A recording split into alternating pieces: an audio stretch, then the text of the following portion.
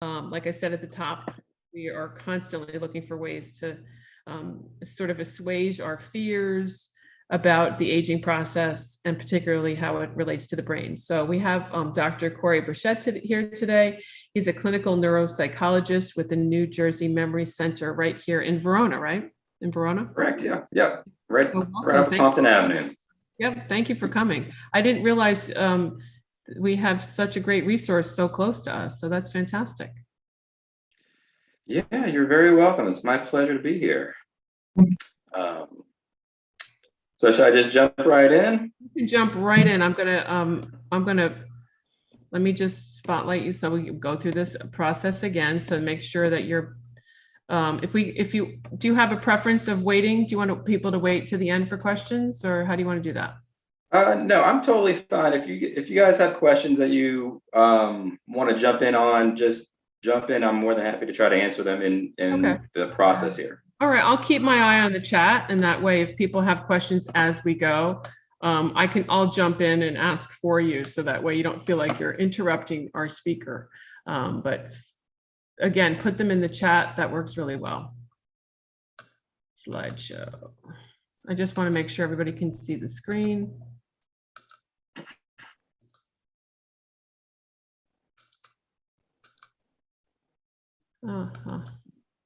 Okay.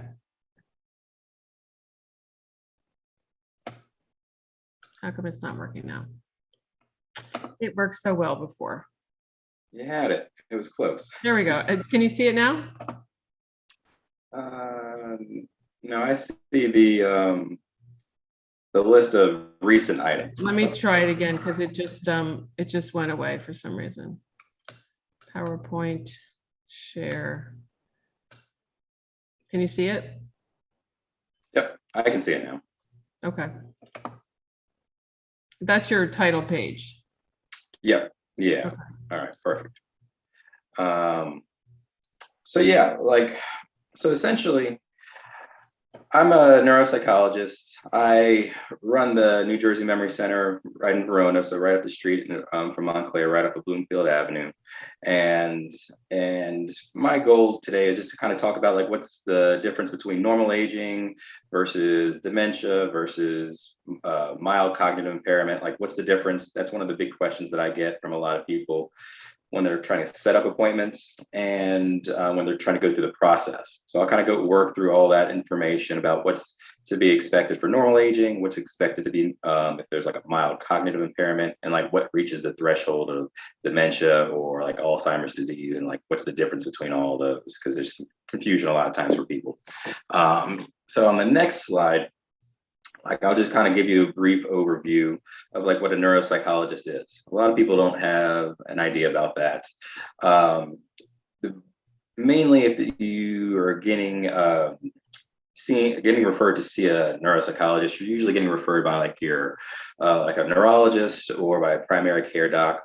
And my role as a neuropsychologist is a little bit different than a psychologist that does counseling and therapy. I've got a specialized training in doing what they call neurocognitive exams to try to identify what the thinking skills changes that are going on for people. So essentially trying to figure out, are there thinking concerns related to the normal aging process, or is there any medical condition that the person might be experiencing or might have experienced in the past that could be playing a role?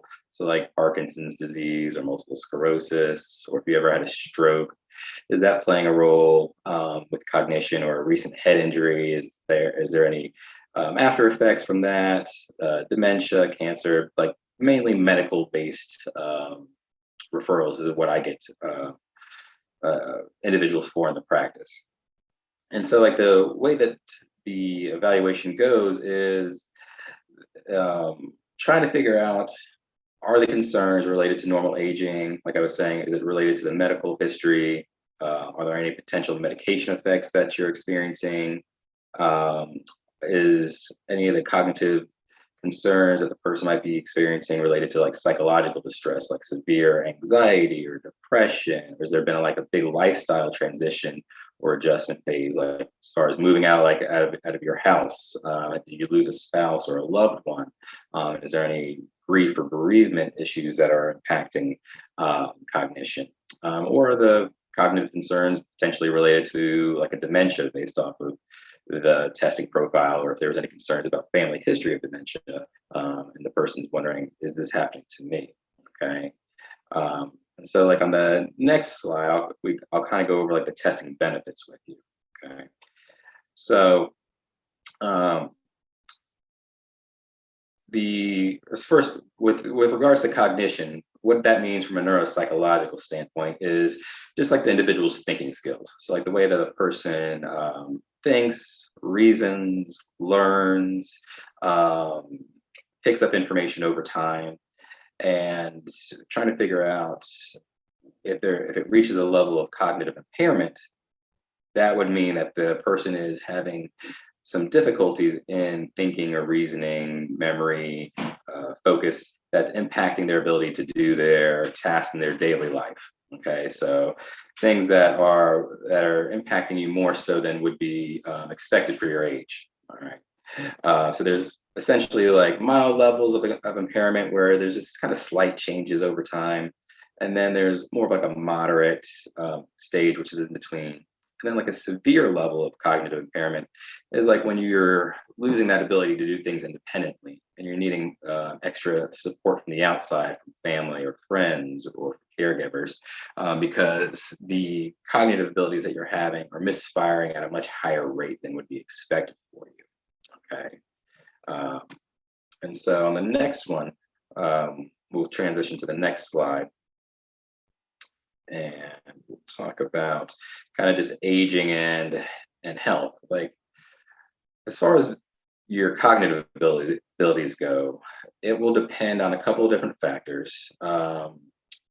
With regards to cognitive decline, that process from the research standpoint has shown that when there are organic neurological changes within the brain, like the brain structurally changing over time, that's a process that's starting 20 to 30 years before you even start exhibiting symptoms. So there's slight changes that are going on over the course of your life. And so that'll depend on genetic factors, lifestyle choices, environments. So even if you're healthy, you can still have changes. And what kind of differentiates between the normal cognitive decline versus more of a major or mild cognitive decline will be the level of severity and the frequency in which people are exhibiting symptoms. So if you're having some forgetfulness every once in a while, so like you walk into the room, what did I walk into the room for? That happens to everybody.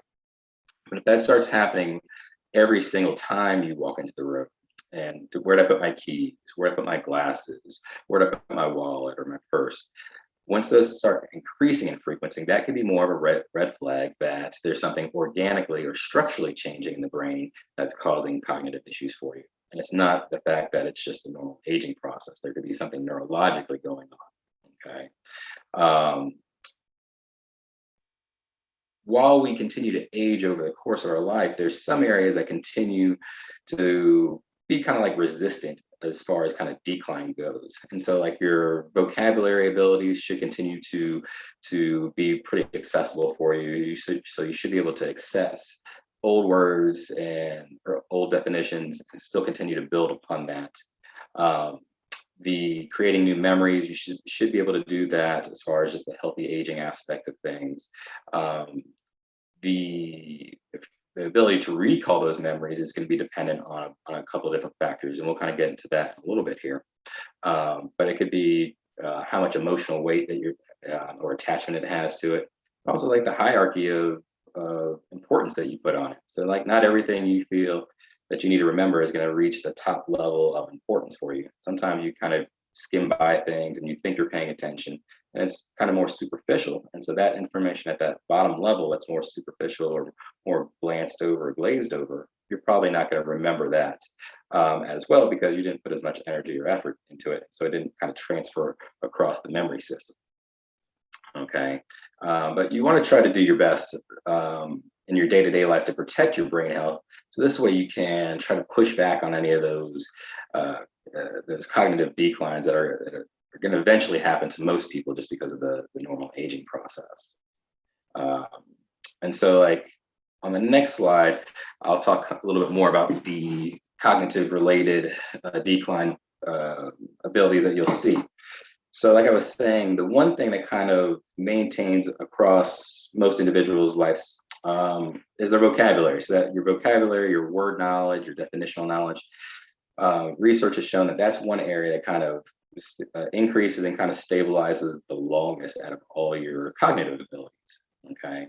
Whereas the areas that you tend to start noticing more difficulties with once you reach 50, 45 to 55 in that range is more short-term memory difficulties. So that recent memory, that working memory, like so holding multiple pieces of information into your head, kind of reformatting it and kind of juggling multiple pieces of information, not going to be as smooth or as sharp with compared to the past.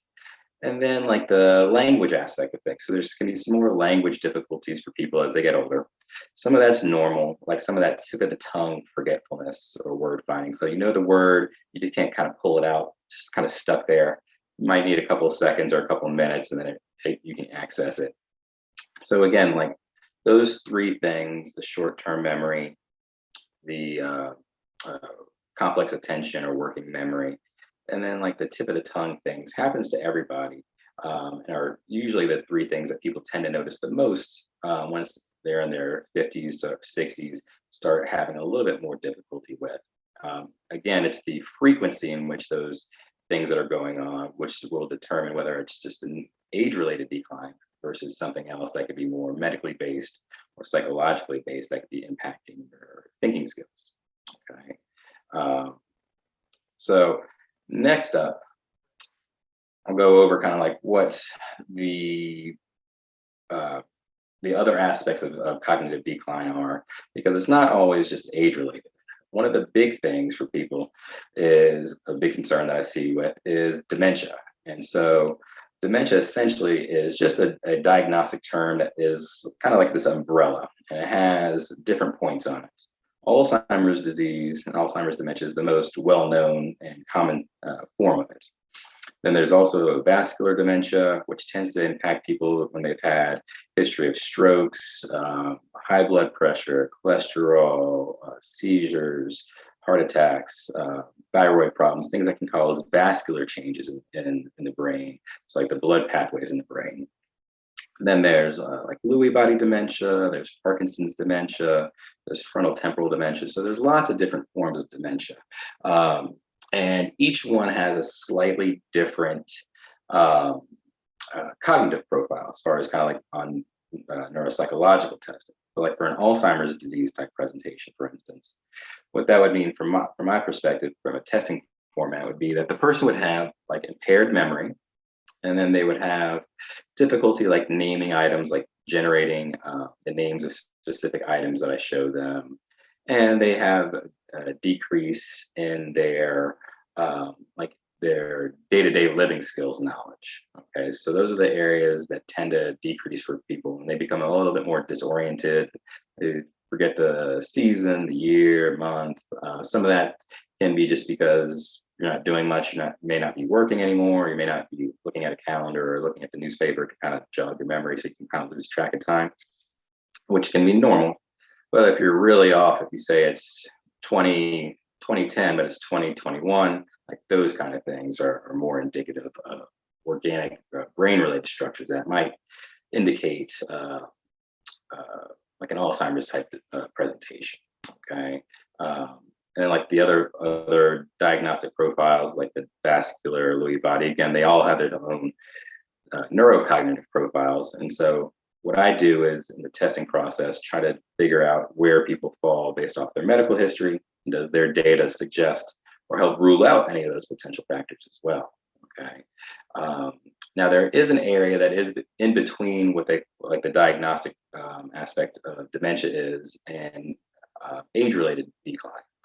So there's age-related cognitive decline, and then there's like the dementia profile. And in between, there's this diagnostic category called mild cognitive impairment. And that just means that the person's having a couple of mild difficulties in a couple of scattered different tasks that we did. So you might have like have one out of four tasks in the memory be down, or 1 out of 4 in language, or 1 out of 4 in the reasoning process. And then the other cognitive abilities are totally intact. So that would be more suggestive of like what they call like a mild cognitive impairment. So it's not necessarily dementia, but it's also not quite normal age-related decline. So it's kind of this in-between category. Okay. So next up, I'll go over a couple of other aspects of the dementia process. All right. So essentially, with dementia, it's thought to be due to a variable. There's a variable way to kind of look at it as far as kind of like the impacts on what causes it. It's essentially thought to be like that the brain is losing brain cells, like they're dying off at a faster rate. And in certain areas of the brain, they'll have, if the brain is losing cells at a faster rate, the connections are going to impact your thinking skills. And so the two types of dementia go through as far as kind of they consider as reversible and then irreversible. So like a reversible type dementia is something that like a neurologist or primary care doc might have the person go through a workup during their evaluation, which is essentially trying to make sure that there's no drug interactions that are causing cognitive difficulties that are making the person present in a major cognitive impairment state, making sure that there's not any delirium or they're not delirious, checking for hearing. Hearing is a big thing. It declines with people over time, and they want to make sure that your hearing is intact, and that's so what you're getting in within the brain, you're holding on to. But if you're not remembering things because you're just not hearing it, it may not be a dementia process. It might just be a hearing problem. And if we get that corrected, then that should rebound their cognitive abilities and kind of bring them back up to the within normal limits range. Also, like B12. As you get older, a lot of people will have low B12, and so that can cause some cognitive difficulties for individuals. So sometimes they may need like B12 injections or maybe B12 supplements over the counter to make sure that those levels are maintaining in a range that aren't causing any cognitive impacts. The same type of thing with the dehydration. A lot of individuals as they get older, they tend to not drink as much water, which can cause dehydration and can cause low sodium levels and have a resultant impact with cognition. And so if they're staying in a pretty dehydrated state of mind, it can cause structural changes in the brain. And usually it can be rebounded by maintaining adequate water intake, but for some individuals, it can cause long lasting effects if it's been a chronic condition, okay? The other types of dementia are like the ones that are irreversible, which kind of fall into the category of like they call it like a neurodegenerative disorder, which just means that if you fall in this category, that things are here, and the degeneration just means that things are kind of going down over time, okay? And so it's not going to reverse and bump themselves up. You might have some modest improvements if you're implementing certain environment or certain behavioral techniques to try to outwork or outsmart some of those things. But it tends to kind of fall off over time, okay? And the things that tend to impact that are like age, genes, like the genetic vulnerability. If people have a family history of Alzheimer's or some other form of dementia, it doesn't necessarily mean that you're going to get it, but it does increase the risk that you could potentially exhibit symptoms. I've seen people both ways, people with a strong family history that haven't reached that diagnostic criteria. And then I've seen people on the flip side that haven't had a history of Alzheimer's or some other form of dementia, and they currently reach it. So it's not always genetic, but it does play a factor. Head injuries for people as they get older also are a concern because they can exacerbate any underlying cognitive difficulties for people. Strokes as well, another thing that tends to be a little bit more prevalent in people as they get older. If a stroke hits the wrong region of the brain, then it can have cognitive impacts depending on the region that it hits. Okay, and we'll kind of get over through some of the workarounds and kind of like things that have shown kind of promise towards the end. But like at the bottom of the screen, you can kind of see like some of the things that the research has shown is exercise, healthy diet, controlling blood pressure, heart disease, diabetes. There's been some research on the cognitive brain training or like rehabilitation strategies. And so we'll kind of talk through some of those towards the end there. Okay. Next up, on the next slide,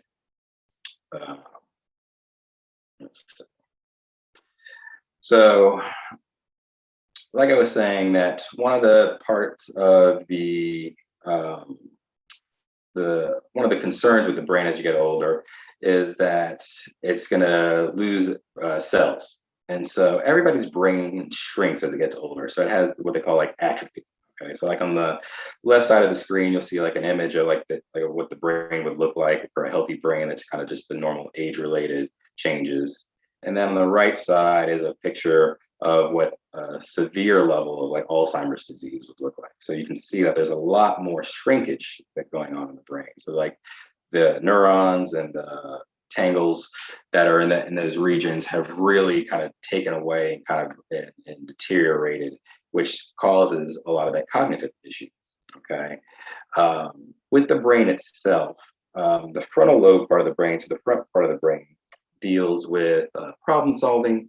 It deals with reasoning, your attention, being able to shift between tasks. It also deals with like the mood aspect. So if there's deterioration on one side versus the other, the person might be more disinhibited, might become more impulsive. Whereas on the other side, if there's more deterioration or an injury on that side in the frontal lobe, it might cause them to be more apathetic, more lethargic.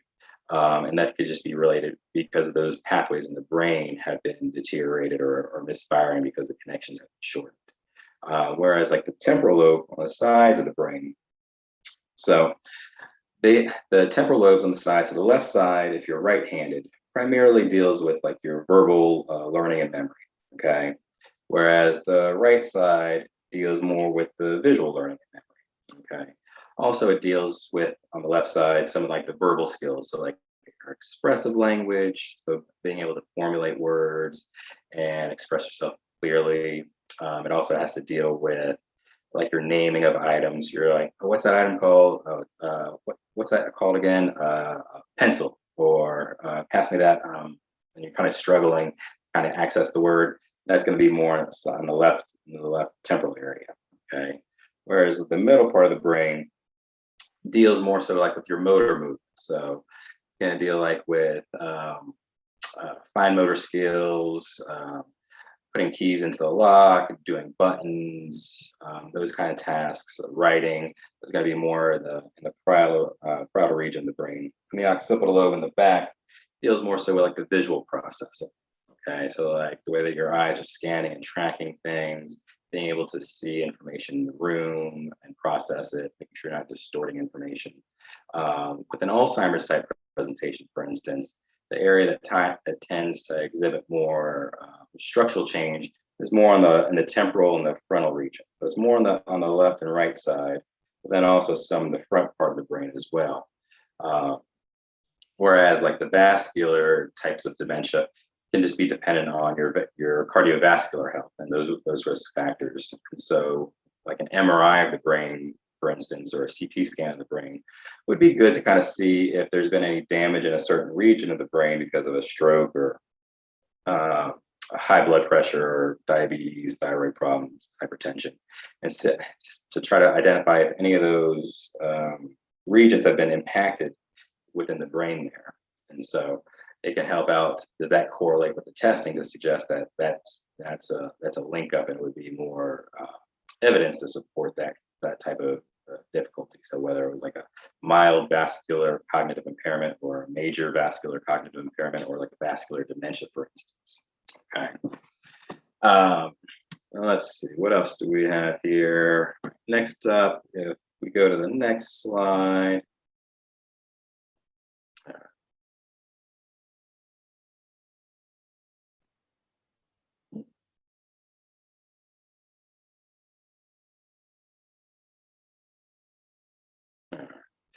So like some of the early signs that we were talking about, I've mentioned a little bit of them at the beginning, but like some of it can be that short-term memory, like I was talking about, increased disorientation or getting lost, or forgetfulness in familiar routes.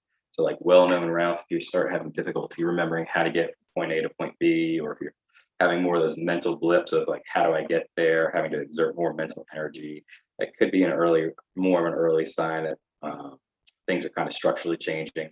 But also could be a sign that you might just be overloaded with things, like you just might be stressed out, you might have too many things on your plate. It's trying to figure out what's an environmental or situational factor versus something that could be going on within the brain. Also kind of like difficulty like with familiar tasks, like remembering. You've always been good at remembering recipes without having to look at them. And now you're having to look at the actual written recipe, or if you're skipping steps in recipes, or difficulty organizing tasks that used to be routine for you. We talked about some of the word finding piece, like the poor judgment for people can be a sign. So people making, for example, like dressing appropriately for the weather. So in wintertime, going out in shorts and flip flops when it's 10 degrees outside and trying to shovel snow, or trying to go for a walk. Trouble keeping up with finances. If you're having difficulty or getting more confused about the routine finances that you might be doing in day-to-day life, whereas if that's never been a strong suit for you, it may not be a change. And so like trying to figure out what's a new change versus something that's a long-standing change for you, something to keep an eye on. Increase putting things at like unusual locations, like putting your keys in the freezer, putting ice cream in the stove, putting cell phones in the bathroom, in the bathroom cabinets, or just kind of disorganization of items, and not remembering where you put them. Okay. Changes in mood and behavior. Sometimes people can become a little bit more depressed or apathetic. They can have a little bit more mood swings, with being a little bit more irritable or frustrated a little bit quicker than they used to be in the past. For some people, they can exhibit like paranoia, and start believing that people are taking things from them, or they're out to get them. Or some individuals also have like hallucinations or delusions, where they're like seeing things or hearing things that other people aren't hearing or seeing at the same time as them. And then again, like those kind of things would dictate and lead us to what potential form of cognitive impairment that would be. Not necessarily Alzheimer's or vascular or Parkinson's or frontotemporal. Does it fit any of those, or is it an effective medication that the person's on, a side effect that needs to kind of get rectified to so this way that paranoia or delusions or hallucinations can be resolved. Okay. Next up, we'll go to the next one.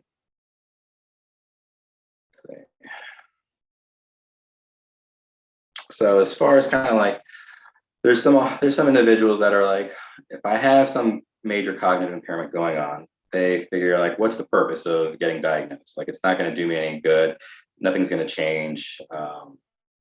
But there are some early benefits of it. Like, it enables other people in your life to have a better understanding of what's going on with you. So this way they can best communicate based off of your current cognitive strengths and weaknesses. Also, you may also be not having as many cognitive difficulties as you may be thinking of. Okay, so you might be actually performing totally within normal limits for your age and education, but you might be feeling like you are having significant cognitive impairments. On the flip side, it may also show that if your family is the one that's pushing for the evaluation, saying that, oh, you're having a lot more cognitive difficulty, and they feel like you're having a severe level of cognitive difficulty, they may be overestimating what your abilities are because they're comparing you to who you were 20, 30, 40 years ago. But you're actually performing totally within normal limits for your age range.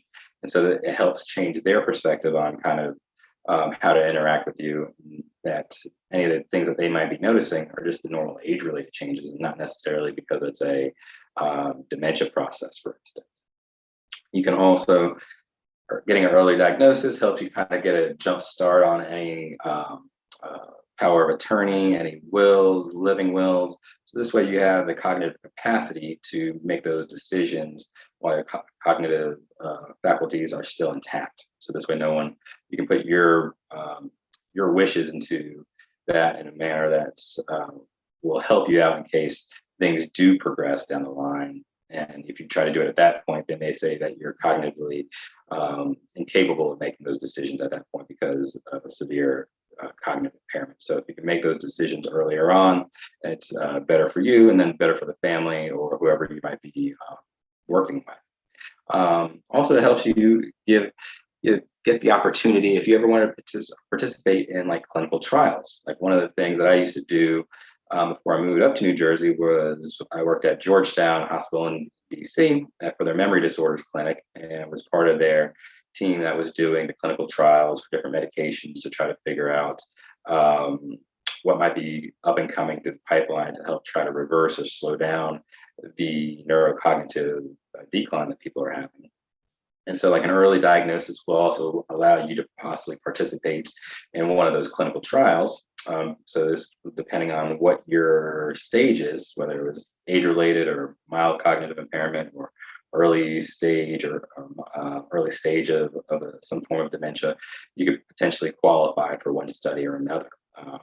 And then also helps you kind of start the process of getting connected with different social supports within the community, or if your spouse or caregiver needs support from the outside, they can start getting connected with supportive groups.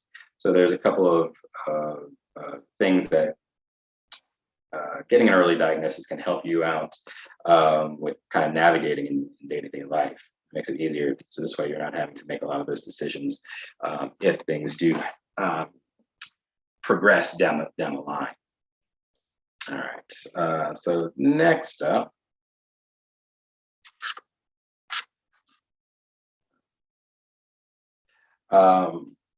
like as far as kind of protecting brain health, there's a lot of research that has been out there that's showing that you want to try to strive for these things that you see on the screen. So optimally, like healthy eating. So a healthier diet is going to be one of the big things that's going to help improve brain health. I'll get into that in the next slide, as far as kind of just like some of the data on that. Like I know we talked briefly about like the blueberries piece of thing, and that's that is like one of the things that you want to try to implement in day-to-day life, because it does have antioxidants, and which is going to help out with brain health. We'll kind of go over some of that in the next slide, but also like regular exercise, keeping your brain active, so mentally stimulating activities, keeping it engaged. Once people retire, their brain can have difficulty adjusting to retirement. They go from being active and being engaged on a day-to-day basis for so many years, and then they transition into retirement, and then they start noticing that they're having increased cognitive difficulties. And some of that transition is being noticed because they're not operating at that same level anymore. And so you want to try to keep your brain as connected in different activities as possible. Enjoyable ones, but not to the level where you're going to be stressing yourself out. The social connections aspect of things is going to be important as well. Your psychological health and mental health will definitely impact whether your brain is going to progress in a healthier nature or not. And then the sleep portion of things is another aspect that can impact your brain health. People that have broken up sleep and people that have sleep onset difficulties, untreated sleep apnea, or sleep disordered breathing conditions can have negative consequences on your brain health. It can impact your attention, it can impact your processing speed, which then spirals into negatively impacting your memory. And so trying to get enough sleep and good quality sleep is another way that can help protect the brain moving forward. I'll get into some of these in the next couple of slides more individually. So like the next slide, we'll kind of talk about the healthy eating aspect of things. And so the two things that have been shown to have the best research for brain health are two types of diets. They're more Mediterranean style. One is the MIND diet, MIND, and then the other one's the DASH diet. But they're primarily focused on eating healthier foods. Okay, so essentially trying to eat fresh fruits and veggies, trying to eat foods with whole grains, trying to decrease the amount of processed foods and deep fried foods and saturated foods, saturated fats that are harmful to the body and to the brain.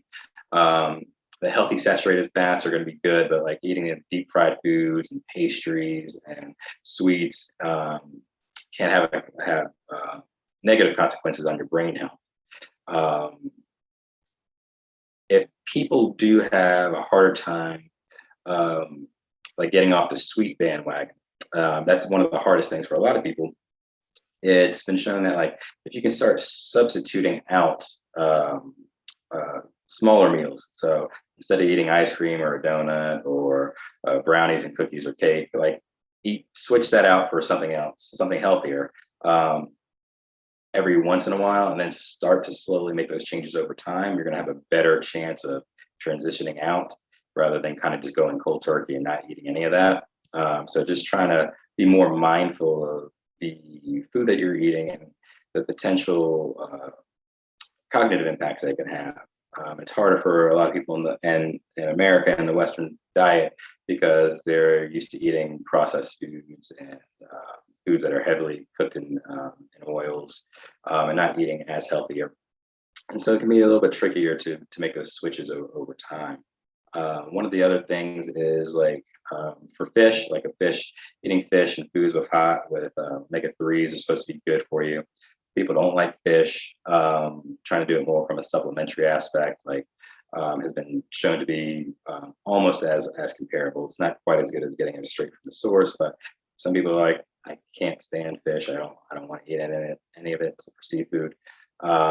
Then that's another workaround, is try to get the over-the-counter vitamins that have the omega-3s in it for brain health. Okay. Is there anything else on that? That's kind of a quick run through with the healthy eating aspect. The next one is talking about like the exercise piece of things. What research has shown from the exercise standpoint is it doesn't have to be that you're doing heavy, intense workouts. So it could be, if you like that and it's medically safe for you to do that, great. Do it in a healthy manner, so this way you're not going to put yourself at risk for strains or injuries or slips or falls or concussions.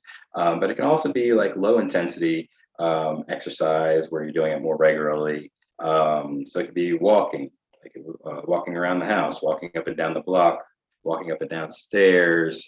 It could be swimming, tennis, golf, basketball, yoga, Pilates, light resistance bands. It could be weights if you like to lift weights, but doing things that are going to get the heart pumping. So get your heart rate up a little bit, but it doesn't have to be consistently up for the full workout duration. So like the research has been suggested that somewhere between 3 to 5 days for 15 to 20 minutes during that time span, if you can kind of carve out those little windows, it'll increase your brain health and help kind of push back on some of that potential decline that could be happening for people. So if you can try to implement that, if you have difficulty figuring out what's the time to exercise, there isn't a best time for anybody. So the research says do it at the best time that fits to your schedule. For some people, they just need a set time. They're always going to do it at 8 o'clock in the morning or 9 o'clock, or some people are going to do it at 11. Some people do it in the afternoon or in the evening. But if you make a plan and put it into your calendar, into your schedule, then you're going to be more likely that you're going to stick to it when it comes up. And so those are a couple of things. It's going to help out with the oxygen flow within the brain, and it helps reduce the risk of any of the cardiovascular issues that could impact brain health as well. And also helps out with the mood aspect of things, which again is going to improve your cognitive abilities. So people are staying less depressed, if they're less anxious, if they're less stressed out, it can help stabilize cognitive health for you. And so exercise routinely has been a good outlet for people. Okay. Next up, staying like mentally active on the next slide. That could be a couple of different things. So staying mentally active, it could be reading books, magazines, doing puzzles and games, joining classes or clubs, doing things that are going to be mentally stimulating. Now, as far as that goes, the research has also shown that it doesn't have to be one particular thing. A lot of times people hear that like they need to do puzzles or they need to do Sudoku or crosswords. And so what it's shown is that you don't have to do any of those if you don't like them. If you wholeheartedly hate them, don't do them. Like it makes no sense for you to engage in an activity that's not going to be mentally stimulating. Okay, but if you like them and they're challenging, continue to participate in them. If you're reading books, magazines, the best thing you can do is while you're reading it, start reading it out loud, because it's also going to activate a different language pathway in the brain. It's like reading a book quietly, you're mentally doing it in your head. If you're reading it out loud, then you're having to use the verbal expression component of things, which is a slightly different pathway in the brain. If you want to try to stimulate that and keep it active, that's a good way to kind of make sure that the information is continuing to flow within that highway in the road, that highway in the brain there. Okay, and then talk about it. So talk about what you liked, what you didn't like. Doesn't necessarily, if it's in a book club setting, you do that. But if it's just kind of just say, hey, I read this article or I read this this book, and talk about it with family or friends, what you liked, what you didn't like, the plots. Like that's tapping into the memory aspect of things, verbally and visually, where you're going to have to kind of pull on that information, and it strengthens those regions and those structures in the brain that hold those cognitive skills. Okay. And it could also be doing simple things. Like if you're right-handed, you always brush your teeth with your right hand, start switching it up, use your left hand. Using that left hand is going to be awkward and weird for a lot of people, because you're having to initiate a movement that you're not as smooth in, but it's activating a whole different region in the brain. So if you can kind of do things like that, it's going to help stimulate more pathways in case there are regions that aren't working out as well as we want them to be for your age. The more pathways that you have to kind of have side roads on the detours, the better off it's going to be for brain health overall, because you can at least offload information onto those other roads. Okay. Next up on the next slide, like the social connectedness aspect of things. So doing things at the senior centers, doing things volunteer, doing things in a club format, doing things like you guys are in this setting. So like engaging with each other. I know the pandemic aspect of things has really thrown some of that out of whack for a lot of individuals, because a lot of things have gone virtual. And so some people have adapted a little bit smoother to that than other individuals because of the technology aspects. So some people feel a little bit more comfortable using it. Other people don't. They prefer that person-to-person contact and social connectedness. And so hopefully that's going to start coming back sooner than later, so people can kind of have that that connection. So this way they're not feeling socially isolated, or they're not being withdrawn, which then creates more psychological issues for people, and then can create cognitive difficulties as well. So like people that aren't connected with others tend to exhibit more withdrawal and self-isolation, especially if they're noticing some slight cognitive changes over time. Some individuals will feel a little bit more embarrassed. They don't want to put themselves out into a situation where people are going to notice that things are going on. And so they start withdrawing and start pulling back. And so you want to try to stay engaged with people the best that you can in environments that you feel comfortable and safe in, though, that are going to be key. So you don't want to overstress yourself out doing that, but you want to try to make sure that you're also not withdrawing and pulling yourself back too much. Okay. And then the next slide, let's see what we got, is some of the risk factors that can exacerbate cognitive difficulties for people. So like exacerbate your there are more threats to your brain moving forward. So like accidents, whether it's car accidents or inadvertent accidents, getting hit in the head with something, hitting your head on the car door, getting out, and then having issues from there. Excess alcohol, smoking, and recreational drug usage. Some medications, like we talked about, can have cognitive consequences. Certain health conditions, like I was talking about more so, like with the vascular, that impact your vascular health, are going to be known to have more cognitive difficulties for people as they progress down the lines. So if you've got a lot of those things going on in your day-to-day life, or if you've got a past history of that, it's going to increase the risk that you could potentially have greater cognitive difficulties moving forward. Okay, so you want to try to limit the likelihood that those things are going to impact your cognition moving forward by trying to manage that the best that you can in your current state. Okay. And let's see. I just want to make sure I get enough time in case people have questions. Is there anything? Is there another slide, or is that the last slide? Okay, I think this is the last one. Okay. So, are there any questions, kind of, or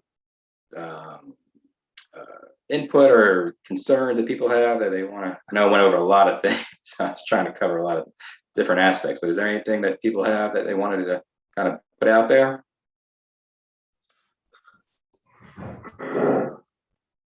If people want to take themselves off mute, you can do that, or you can put the question in the chat. And to answer Camille's question and everybody else, we do have, Corey has made this presentation available, and I will send it out as soon as this presentation is over. I'll send out the that file to you all. Thank you, Corey. Yeah, no problem. You're very welcome. That was really, you covered everything, really comprehensive. Is there anybody that has a question? Just jump in. I see some people are unmuted. You've given us lots to think about. Yeah, it's something that's challenging for a lot of people. The aging process, because you want to try to figure out, is it just the normal age-related aspects of things that are going on versus something else? For Alzheimer's, aren't there specific tests other than, giving people tests and listening to them, aren't there tests of the brain and so forth that can definitively say it's Alzheimer's? Good question. Right now, the only definitive test that they have out there is an autopsy. So we don't want people to have to do that. As far as kind of the way that they kind of go about it is from the diagnostic standpoint, like the head imaging, like the MRIs and CTs of the brain or PET scans, those are good to look structurally at the brain to see if there's any areas that have declined overall. And they would look at that to see, does that relate with the clinical criteria that they've done in research? That's a good question. But the drawback of those techniques is that they don't functionally tell you what is going on. Like what we would do in my setting is test the brain through the different verbal tests and visual tests to activate those pathways to see if does that correlate with the structural changes that are seen. So they're kind of used in unison a lot of times. Thank you. Yeah. Corey, are there cases of misdiagnosing, and in what case would that be? Like, I mean, how clear is, say, a diagnosis of like Lewy body dementia? Like, is that really a clear cut, or is it? I mean, I've heard so many people say, well, they think it's this or they think it's that, but how often are people misdiagnosed? That's a good question. Like it depends on the provider, of course, and like their expertise level, like with that disorder. Like, but if it was like Lewy body, for instance, there are several other conditions that could overlap with that and kind of present with similar types of symptoms. The numbers that I've seen in the past as far as misdiagnosis can be anywhere between 5 to 20% of individuals, depending on who the person's seeing. But And why are we seeing more cases of Lewy body dementia? Is it just because we know about it now, or is it because it was? I mean, I hear about it more and more. Is it just because it's been in the news and certain people have been diagnosed as having it? Yeah, there's been more effort at putting research into like Lewy body and some of the other forms of dementia that haven't gotten the same level of attention as Alzheimer's. But then also there's been more like well-known individuals that have been recently diagnosed with Lewy body. So it's kind of pushed it a little bit more as far as getting funding and research for them to try to figure out the diagnostic criteria, and are there better tests and more accurate tests that they can use to identify that and try to lessen some of that confusion about the overlap of like the tremors or the hallucinations and the cognitive fluctuations that people can have. And then one of the other tricky parts is also, for some people, like with Lewy body, there's the Parkinson's aspect. So are they experiencing Parkinson's disease, or are they having like Parkinsonism symptoms that aren't quite Parkinson's, but there's symptoms that are similar to Parkinson's individuals have. It doesn't quite reach a threshold. Right. Question in the chat: diseases of the circulatory system, ischemic disease, and vascular disease. What's the difference? Can you see that? Okay, yes. Good question. They're pretty much the same. So like one of the things so like vascular diseases, there's a couple of different elements within it. So there's the ischemic white matter changes, which tend to be shown on a lot of people's MRIs as they get older. And then there's some more structural regions where they're talking about like lacunar infarcts and those kind of things. But the circulatory regions that are providing the blood flow to those areas, depending on where they're being impacted, is going to depend on just the terminology of it.